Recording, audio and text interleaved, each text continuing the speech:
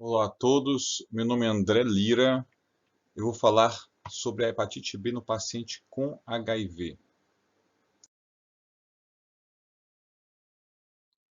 Antes, entretanto, de partirmos para a co-infecção propriamente, é interessante termos alguns conceitos relacionados à hepatite B no monoinfectado.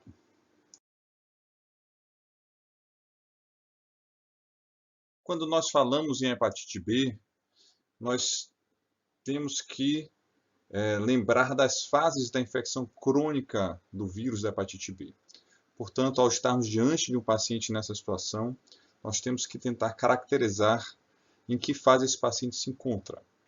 Portanto, existe a fase da infecção crônica a GHB positiva, que anteriormente era chamada de imunotolerante. Existe a hepatite crônica a GHB positiva, a infecção crônica a GHB negativa, que era o portador inativo, a hepatite crônica a GHB negativa e, finalmente, a fase HBs negativa. Então, a infecção crônica de HB positiva, o antigo imunotolerante, é caracterizada por um ALT normal, um DNA extremamente elevado habitualmente, além do HB positivo. Já na hepatite crônica ocorre a inflamação, ocorre a elevação da ALT e os demais parâmetros de DNA elevado e HB positivo são mantidos, evidentemente.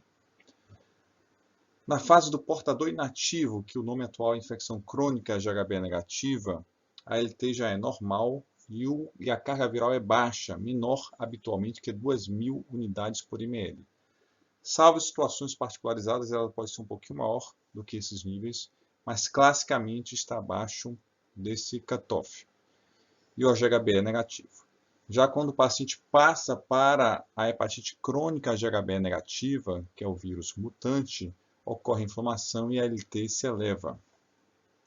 A carga viral também está elevada e o HB é negativo. E a fase HBs negativa, que é a hepatite B oculta, ela é menos frequente, é mais difícil de ser encontrada na prática clínica. Na verdade, a caracterização dessas fases é muito importante para o paciente monoinfectado. Para o co-infectado, ela tem importância menor, mas ainda assim é interessante tentar enquadrar o paciente em uma dessas fases. E no monoinfectado ela é importante porque nós habitualmente tratamos apenas as fases das hepatites crônicas, a GHB positiva e as fases da GHB negativa, como estão demonstrados aqui.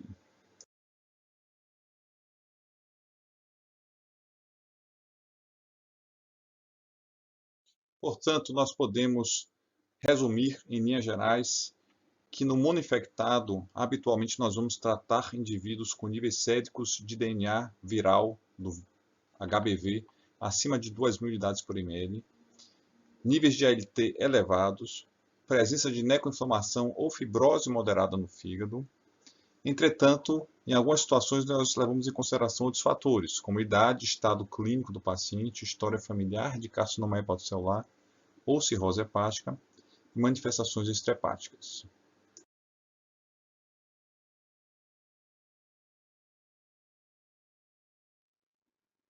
Nesse contexto, portanto, o indivíduo com cirrose compensada ou descompensada com qualquer nível de HBV-DNA e de ALT entraria na exceção da terapia, de forma que nós devemos sempre administrar o antiviral oral nessa situação. Todo cirrótico tem que ser tratado independente da carga e da ALT.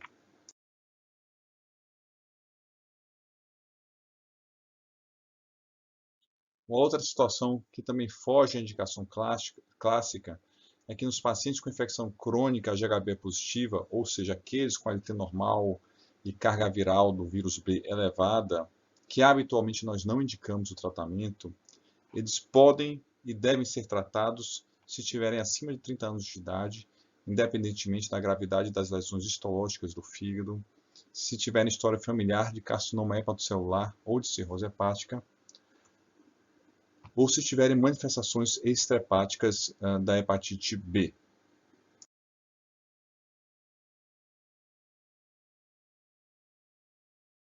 O objetivo ideal da terapia antiviral é a perda do AGHBS, porque ela está associada à remissão completa e definitiva da atividade da hepatite crônica B, e isso nós chamamos de cura funcional, e traz benefícios a longo prazo. Entretanto, é válido ressaltar que esta perda do AGHBS é difícil de alcançar com as terapias atuais. E também é importante ter em mente que o vírus B ele não pode ser completamente erradicado do ser humano, mesmo quando se atinge a terapia, a cura funcional, pelo menos com as drogas atuais, porque o seu cccDNA, que é o seu DNA circunvalente, ele está integrado, ele se integra ao DNA humano e sempre, portanto, fica um resquício dele no nosso organismo. A importância disso é que em situações de imunossupressão mais intensa, como por exemplo quimioterapia ou transplante de órgãos, pode haver a reativação do vírus.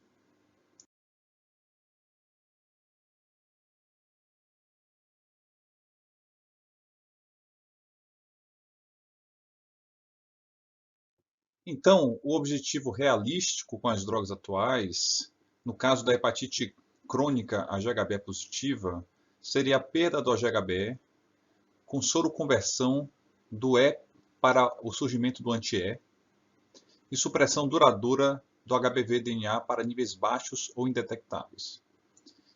E o objetivo realístico da terapia com as drogas atuais para a hepatite crônica HB negativa seria a supressão duradoura do HBV-DNA para níveis baixos ou indetectáveis.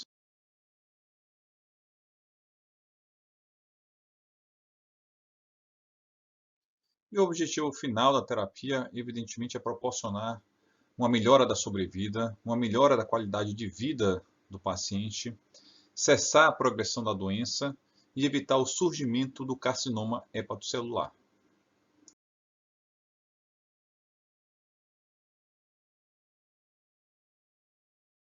As opções terapêuticas existentes para o tratamento da hepatite crônica B no mundo infectado são estas aqui dispostas: o entecavir, o tenofovir alafenamida e os interferões pegylados alfa-2A e alfa-2B. É válido ressaltar que essas três drogas aqui iniciais são a que atualmente se utilizam com mais frequência para o tratamento da hepatite B. E o interferon PEGlado ele está cada vez mais em desuso no tratamento desta condição, embora ele ainda seja utilizado em alguns casos particularizados.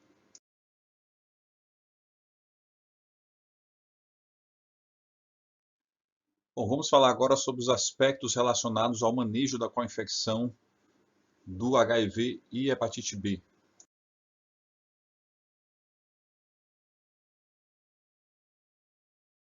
No que diz respeito à epidemiologia da co-infecção HIV-HBV, é válido ressaltar que cerca de 37 milhões de pessoas são estimadas de estarem infectadas pelo HIV no mundo, e destas, 4 milhões são estimadas de terem co-infecção com vírus da hepatite B. A prevalência e transmissão da hepatite B em HIV positivos varia de acordo com a região geográfica.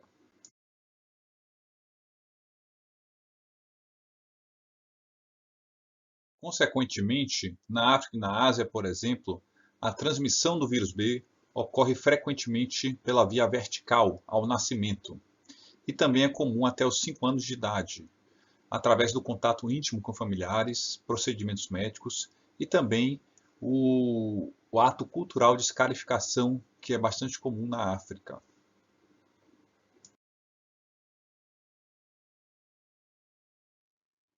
Já nos Estados Unidos e na Europa, a transmissão pelo vírus B ocorre mais frequentemente pela via sexual, através da transmissão de homem que fazem sexo com homem. Nós poderíamos resumir essa questão da prevalência da co-infecção do vírus B e do HIV da seguinte forma: ela é maior entre os homens que fazem sexo com homem, depois vem entre os usuários de droga e, por fim, entre os heterossexuais.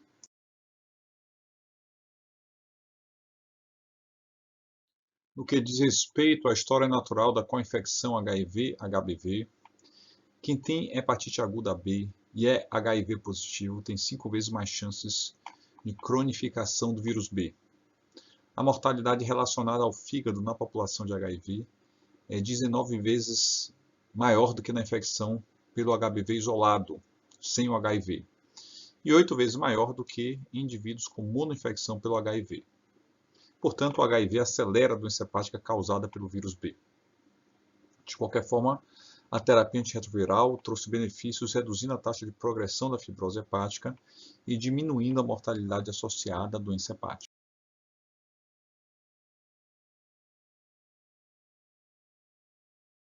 As taxas de mortalidade nos indivíduos HIV positivos parecem ser maiores naqueles que têm contagens de células TCD4 positivas mais baixas. O tenofovir trouxe, como já mencionado, melhorias significativas no controle viral do vírus B e na fibrose hepática. Entretanto, estudos recentes ainda assim demonstram mortalidade geral, mortalidade relacionada ao fígado, taxas de utilização de hospitais e risco de surgimento de carcinoma hepatocelular em co-infectados por HIV e HBV maiores do que na monoinfecção pelo HIV ou pelo HBV. A progressão da doença hepática ocorre em 10 a 20% dos indivíduos em uso de TARV com o tenofovir, ou seja, a despeito da terapia antirretroviral com o tenofovir, que é eficaz para o vírus B.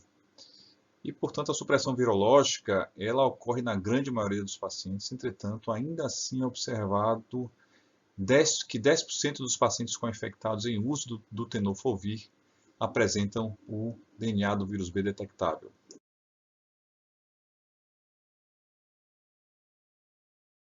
É válido ressaltar que, curiosamente, as taxas de perda do HBS e soroconversão na co-infecção parecem ser maiores do que na monoinfecção. Uma frequência mais alta de perda do HBS foi associada a menor contagem de células CD4 positivas antes do início da terapia antirretroviral ativa com droga que funciona para o vírus B também. O vírus B parece ter um menor impacto na história natural do HIV.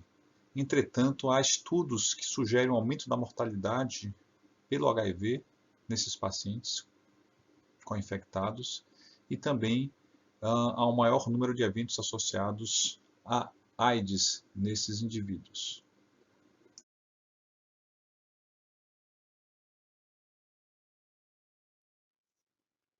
Também é interessante mencionar que a incidência de carcinoma hepatocelular é 5 a 6 vezes maior entre indivíduos infectados pelo HIV em comparação com a população em geral, e o risco aumentado persistiu a despeito do uso da terapia antirretroviral e parece estar associado com a contagem de células CD4 mais baixas e um nível mais elevado do HBV-DNA.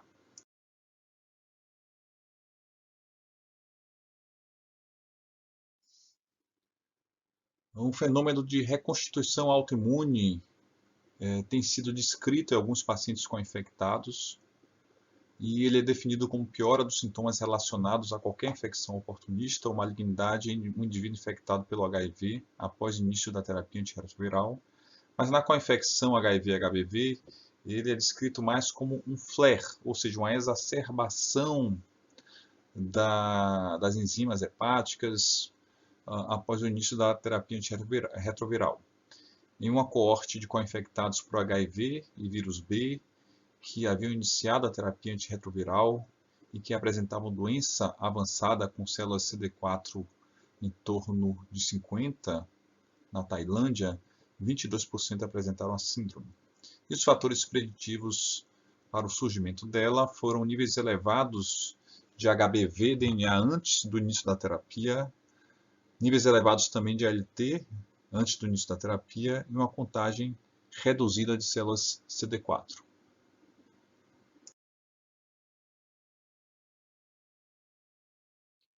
Uma vez que você tem o diagnóstico da hepatite B, embora, como será mencionado adiante, no caso da co-infecção, todos os pacientes devem ser tratados, mas é sempre interessante estadiar a doença hepática para se ter uma ideia de que grau de acometimento, de lesão hepática esse paciente apresenta.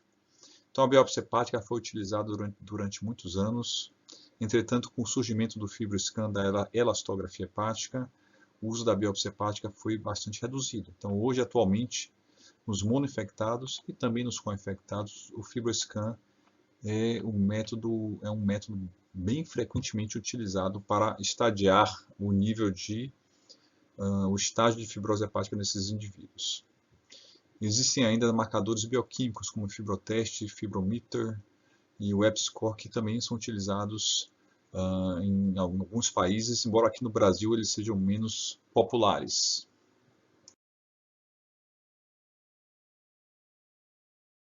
Esta tabela aqui demonstra as drogas utilizadas para tratar o vírus B, mas que possuem também a atividade contra o HIV. Então, vocês podem observar que a lamivudina, entecavir, tenofovir, o TDF ou TAF tem atividade contra o HIV, o adefovir e a aterabivudina não apresentam atividade. Entretanto, todas essas drogas que têm atividade contra o HIV podem também levar ao surgimento de mutações de resistência à droga.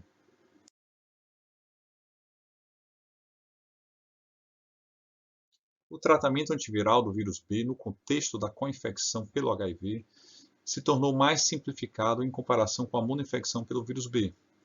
Por quê? Porque o início imediato da TARV é recomendado para todas as pessoas com infecção pelo HIV e vários regimes de terapia para o HIV de primeira linha também fornecem o tratamento para o vírus B. É válido lembrar que os regimes que contêm o 3-TC, a lamivudina, não é recomendada para o uso na co-infecção HIV-HBV, devido ao alto índice de resistência, como mencionaremos adiante.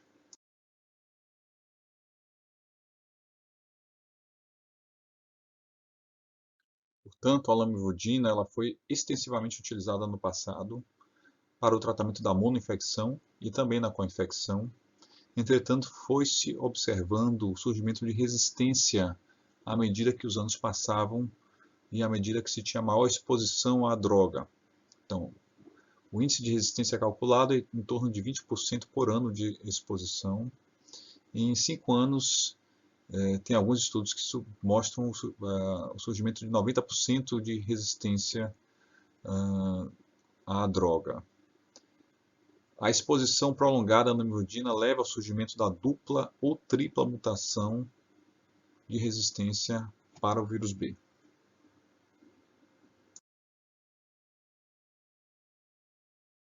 Então, se vocês observarem aqui esse gráfico, à medida que o tempo vai passando e vai se expondo mais ao uso da lamivudina, a eficácia da supressão do DNA do vírus B vai reduzindo. E no final do gráfico aqui ela já se torna bem baixa.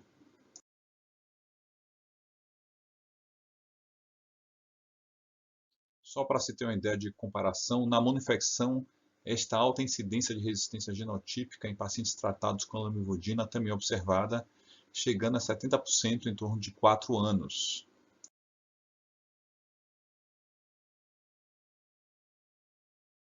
O adefovir também é uma droga que foi utilizada no passado para tratar o vírus B tanto na monoinfecção quanto na co-infecção com HIV.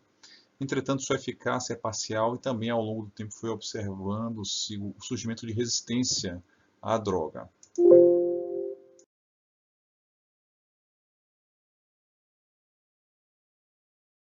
Vocês observem aqui que a droga tem uma eficácia na redução do DNA viral.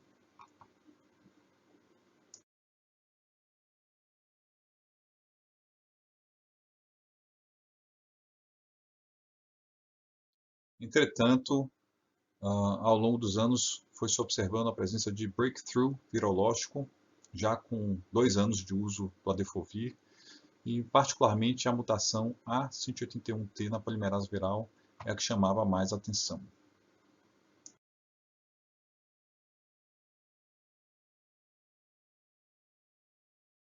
E também para efeito de comparação com a monoinfecção, pode-se observar que a probabilidade cumulativa de resultados virológicos com a monoterapia com a adefovir demonstram a presença de resistência genotípica em torno de 30% com 5 anos de terapia.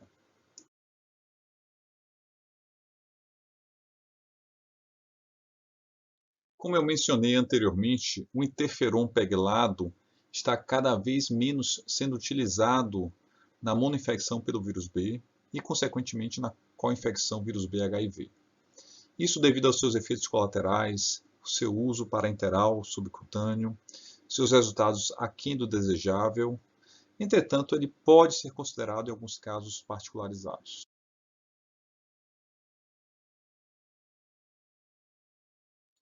Nesse estudo, já de alguns anos atrás, a taxa de soroconversão do antígeno E foi avaliada com o uso do interferon e comparado entre indivíduos HIV positivos e HIV negativos, e os resultados não foram tão animadores.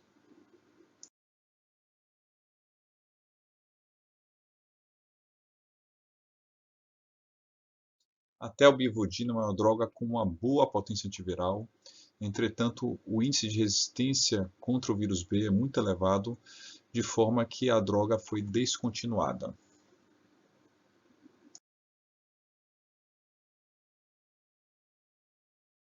O entecavir é uma excelente droga para ser utilizada na monoinfecção pelo vírus B. Quando se avaliou na co-infecção, observou-se alguma atividade contra o HIV, então uma queda dos níveis séricos de RNA do HIV e, evidentemente, uma excelente atividade contra o vírus B.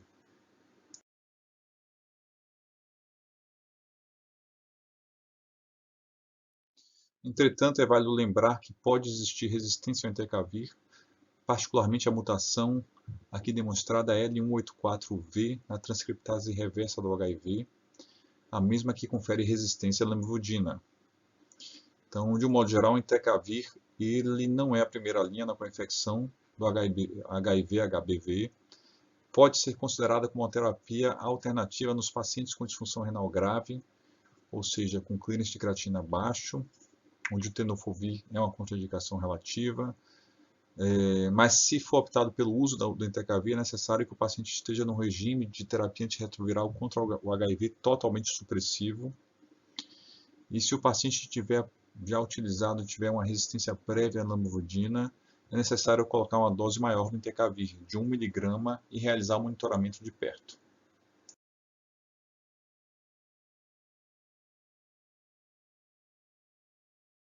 Aqui só para efeito de comparação, e como eu havia mencionado, na monoinfecção pelo HBV, o índice de supressão viral, virológica, com entecavir é excelente, próximo de 100% e com baixíssimas taxas de resistência antiviral.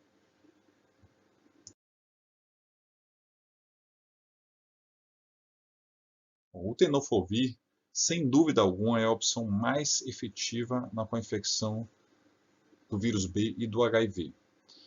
Mais de 90% dos pacientes atingem a supressão virológica após 5 anos de terapia.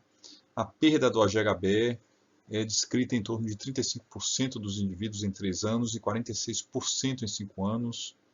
A perda do AGHBS ocorre em 3 a 4% dos pacientes em 3 anos e em cerca de 12% em 5 anos.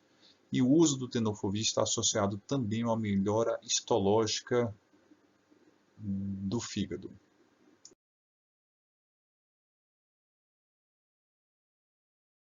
Este estudo, publicado no Gastroenterology, que avaliou a terapia a longo prazo com tenofovir em pacientes co-infectados, demonstrou que a taxa de supressão viral acima de 90%, próximo de 100% nos indivíduos AGHB positivos e nos indivíduos AGHB negativos.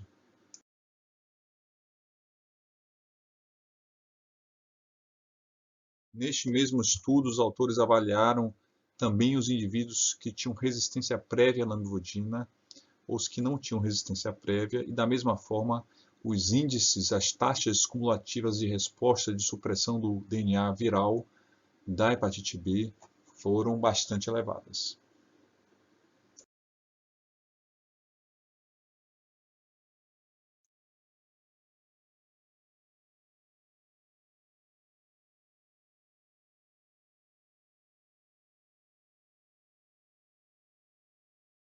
também para efeito de comparação, na monoinfecção pelo vírus B, as taxas de resposta ao tenofovir são elevadíssimas.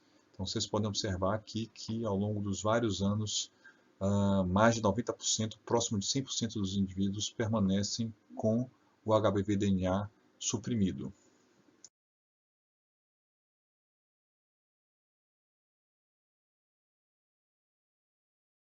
Bom, e nos poucos casos onde não ocorre a supressão do vírus B com tenofovir, tal que ainda se discute na literatura, mas é algo a ser considerado, é a associação com o Entecavir.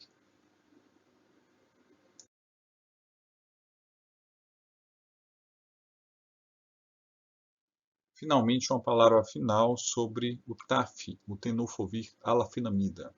Esta é uma prodroga do tenofovir e tem efeitos adversos reduzidos na função renal e na densidade mineral óssea, e mantém altas taxas de supressão viral, tanto no HIV quanto no vírus B.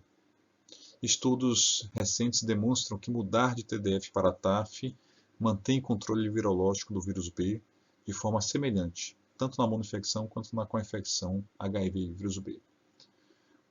É uma droga que ainda é pouco disponível na maior parte dos países. Quando disponível, tem sido utilizada mais nos indivíduos com maior risco de evento adverso ou naqueles que apresentaram evento adverso. Mas no futuro, quem sabe, se seu custo se tornar mais acessível, ela poderá vir a ser uma primeira indicação tanto na monoinfecção pelo vírus B quanto na co-infecção pelo HIV e vírus B.